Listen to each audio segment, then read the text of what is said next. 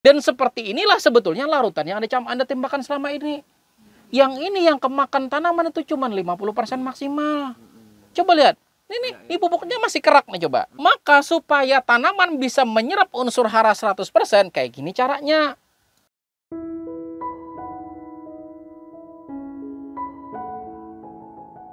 Kenapa kita mesti memahami tentang apa itu pencampuran pupuk?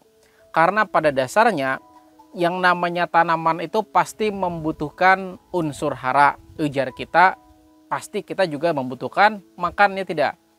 Nah, jadi perlu kita ketahui bersama bahwa unsur hara atau pupuk yang dibutuhkan tanaman itu terbagi menjadi yang namanya pupuk nitrogen. Nitrogen itu artinya pupuk tersebut menyediakan unsur hara untuk masa pertumbuhan. Di mana nitrogen di sini itu selain dari untuk pertumbuhan batang, pertumbuhan daun, pertumbuhan ranting, juga pertumbuhan secara keseluruhan. Dan yang kedua, unsur hara itu ada namanya unsur hara fosfor atau fosfat. Unsur hara fosfor atau fosfat di sini berperan untuk bagian perakaran tanaman, dan akar yang besar otomatis bakal menjamin batang yang besar. Jadi bila pian melihat batang gede-gede, batang besar-besar, berarti unsur hara fosfornya tersedia. Jadi kalau kita ibaratkan, kalau nitrogen itu di bagian tengahnya, kalau fosfor itu bagian bawahnya. Nah, sedangkan unsur hara yang bermanfaat yang selanjutnya itu namanya adalah unsur hara kalium. Nah, unsur hara kalium itu adalah unsur hara yang memang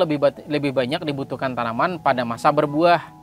Apakah pada masa pertumbuhan tidak dibutuhkan? Jawabannya masih dibutuhkan, namun porsinya tidak terlalu besar. Nah, selain dari NP dan juga K, ada lagi unsur hara makrosekunder yang keberadaannya juga dapat sangat-sangat berperan positif bagi tanaman. Itu pertama adalah magnesium namanya. Magnesium itu perannya untuk meningkatkan klorofil tanaman. Jadi kalau pian-pian di sini melihat daun, ya kan, daun, di daunnya tuh ada semacam kuning tapi tulangnya hijau. Nah, itu menandakan tanaman kurang magnesium. Dan magnesium juga unsur hara yang berperan kalau tanaman pian di sini kena virus Gemini. Tahu virus Gemini tidak? Kuning ke keritingnya tidak? Nah, jadi ketika tanaman kita tuh kena kuning keriting, maka pada dasarnya klorofil tanaman jadi terganggu. Kemudian yang kedua, unsur haranya namanya kalsium. Nah, kalsium di sini adalah unsur hara yang berperan untuk mempertebal dinding sel tanaman dan juga memperkokoh tanaman. Dan kalsium merupakan pertahanan pertama tanaman dari serangan penyakit. Nah, cuma ternyata penggunaan unsur hara kalsium ini tidak sama dengan yang lain. Karena penggunaan kalsium kalau salah justru dapat melemahkan unsur-unsur lainnya. Nah, kayak gitu. Nanti akan ulun jelaskan. Dan selain dari kalsium ada lagi unsur hara namanya sulfur atau sulfat. Nah, unsur sulfur dan juga sulfat di sini berperan sebagai agen untuk memperkuat daya tahan tanaman, imun tanaman dari serangan penyakit. Nah, itu unsur hara sulfur.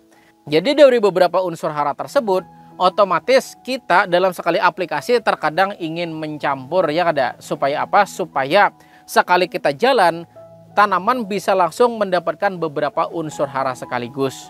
Namun ternyata dalam mencampur pupuk itu tidak sembarang. Selama ini kita ambil pupuk, masukin dalam tangki atau masukin dalam ember, campur, udah masukin tangki, semprot. Kan seperti itu. Padahal saya bilang masih banyak, bahkan mungkin 80% orang salah dalam pencampuran. Kenapa? Karena ketika terjadi kesalahan, maka yang terjadi, pertama, terjadi reaksi kimia yang tidak efektif. Apa yang dimaksud dengan reaksi kimia tidak efektif? Misalnya, ketika pupuk dicampur A dan juga B kita campur, kemudian ternyata muncul kerak, muncul endapan. Berarti pupuknya di mana? Ya di kerak itu, ya tidak? Nah, kerak itu kalau misalnya kita biarkan dan ternyata dia semakin lama semakin menggumpal, ketika kita semprotkan, apa yang terjadi? Menyumbat, ya tidak? Ketika kita salah pencampuran, muncul kerak. Dan kerak ini nanti yang menyebabkan sumbatan pada nozzle sprayer. Atau juga kerak ini yang dapat memperkeras kerja pompa sprayer kita. Makanya pompanya cepat rusak. Kemudian yang kedua juga, kalau memang ternyata reaksi kimianya tidak cocok, kemudian ternyata ada muncul endapan. Endapan tuh di atas apa di bawah? Kan mengendap, ya tidak? Maka ketika mengendap berarti pupuknya yang di atas apa yang di bawah? di bawah. Maka ketika kita semprotkan, semprot pertama subur banget, tapi bedengan kedua, ketiga tidak subur. Kenapa? Ya pupuknya tak ke bawah. Sementara yang disemprotkan pertama kan yang di bawah. Yang di atas kan cuma air. Nah, yang terjadi akhirnya yang kita semprotkan air bedengan pertama, kedua benar subur, bedengan 3, 4, akhirnya game over. Dan lagi juga yang ditakutkan ketika pencampuran itu tidak semestinya, pencampuran itu salah, yang terjadi ada efek namanya fitotoksik, keracunan. Jadi takutnya ketika ada efek fitotoksik di sini, tanaman jadi gosong, ujar kita hangit. Maka kita di sini akan belajar bagaimana sih mencampur yang benar. Nah, cara mencampur yang benar supaya apa? Supaya penyemprotan pian itu bisa maksimal sekaligus juga bisa irit pupuk. Karena percaya tidak percaya, ketika terjadi penurunan efektivitas, ketika Anda menyemprot misalnya dengan dosis, anggap misalnya total-totalan 6 sendok. Ketika salah pencampuran, yang diserap tanaman paling 3 sendok. Sisanya di mana? Ya pertama jadi kerak, kemudian jadi endapan, begitu. Akhirnya sia-sia tidak? Sia-sia. Kerugian berapa persen? 50% kerugian. Gara-gara kita salah campur. Lalu bagaimana sih cara mencampur yang benar? Nah, jadi ulun di sini mempelajari satu ilmu namanya AB mix dari pertanian hidroponik. Nah, apa yang dimaksud dengan AB mix? Itu kita membuat larutan A dan juga B. Setelah terjadi larutan A dan juga B baru dicampur. Tujuan pencampuran di sini untuk menghindari adanya ketidakkompatibelan atau adanya ketidakcocokan dari pencampuran tersebut. Makanya dibuat namanya AB mix. Jadi A 1 ya tidak, B berarti 2. Jadi kita di sini juga akan mencampur dengan teknik AB mix, di mana AB mix di sini diharapkan unsur hara yang tadi saya bilang kalsium itu tidak membuat masalah pada campuran-campuran lainnya. Karena faktanya kalsium ketika kita campurkan yang ada kandungan fosfor atau fosfatnya, maka dia akan membentuk endapan namanya kalsium fosfat. Nah, itu yang menyebabkan kerak, itu yang menyebabkan kayak ada ampas terapung. Karena adanya endapan kalsium fosfat tersebut.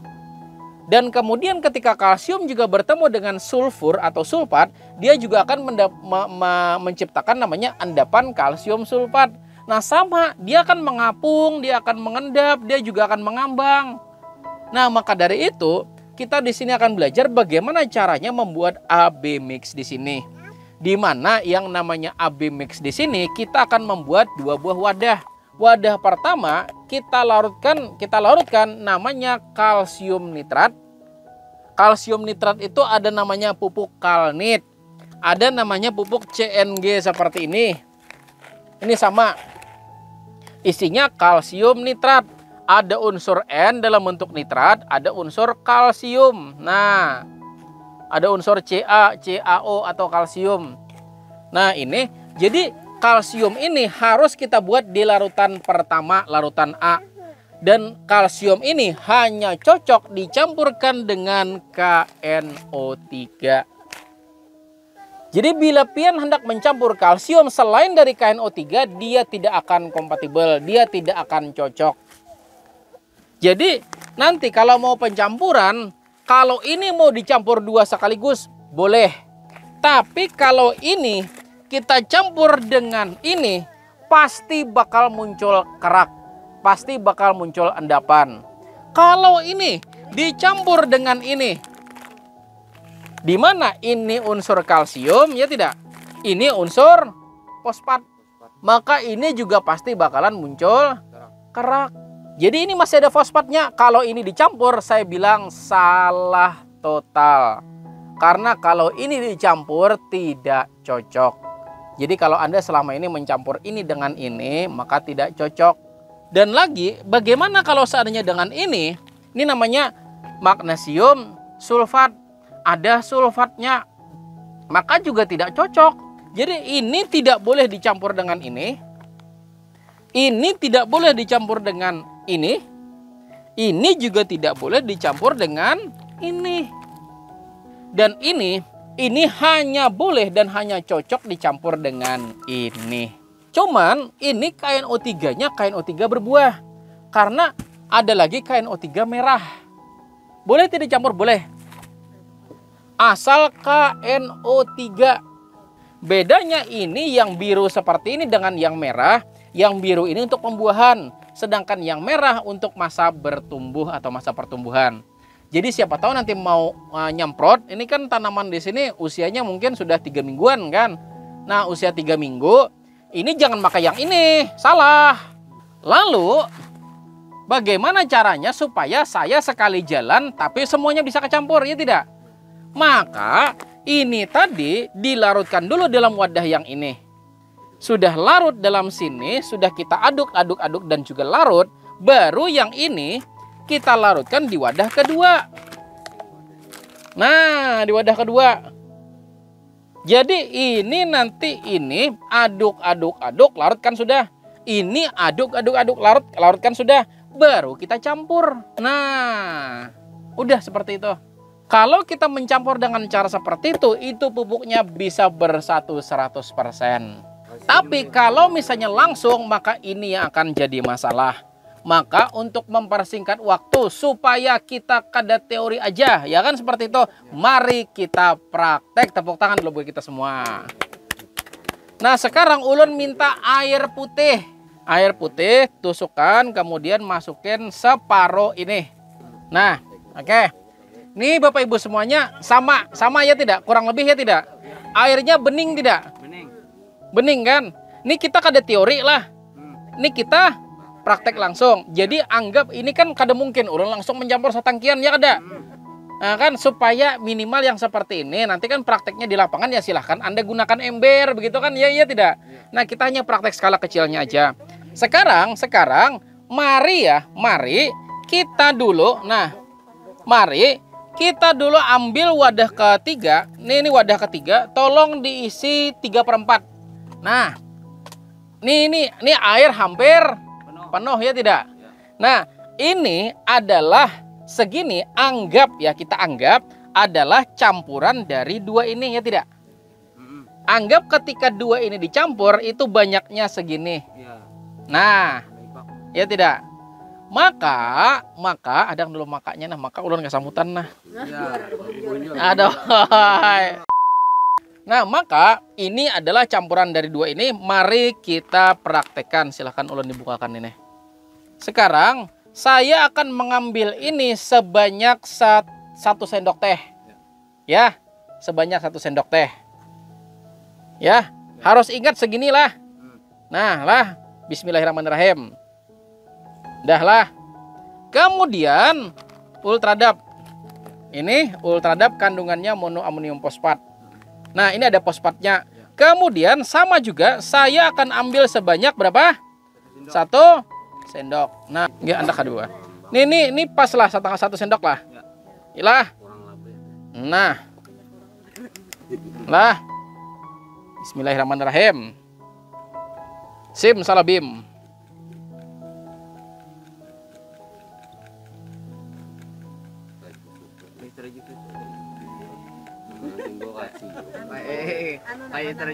Nah, sim salabim, abrakadabra, bukan sulap, bukan sihir. Nah, ini bukti saya ngaduknya benar. Ini kelihatan kan? Nah, pusaran-pusaran tornado air, ya kan? Nah kan ada tornado air. Nah, ini masih ada pupuknya sedikit. Sampai benar-benar larut semua, ya. Kita akan lihat nanti perbandingannya. Nah, sudah larut sempurna. Ya, lihat kan? Nah, warnanya apa? Oke, sudah? Sudah belum? Sudah. Nah, silakan dulu ulun dibantu satu orang dulu, lihat dulu. Sudah larut belum? Ada tidak? Kemudian ada kerak tidak? Ibu-ibu lihat keraknya ada? Ya, bulan. Ada? Nah, lah. Ini tadi dosisnya berapa? Masing-masing berapa? Satu sendok teh, ya tidak? Ya. Nah, ini campuran langsung. Lalu bagaimana kalau seandainya kita pisah? Ini adalah 2 buah wadah di mana masing-masing akan kita larutkan pupuknya. Bubuk pertama kita akan larutkan CNG dengan dosis yang sama. Berapa tadi? Nah, sama tidak? Nah lah, nih lah. Nah, oke, sudah. Yang kedua, kita akan larutkan Ultradap. Sama tidak? Lah. Nah, ini asli nah lah. Lain rekayasa. Nah, lah. Mari kita aduk. Ada tidak tornado airnya? Nah. Artinya kan kita ngaduknya benar, ya tidak? Nah, larut tidak? Larut. Nah, ini kan sudah larut, ini asli kah? Nah, ini asli ya. Ini asli. Oke. Selanjutnya, kita akan aduk CNG-nya. Nah, ini harus ditisu. Selanjutnya, ini CNG. Ya tidak? Mari kita aduk.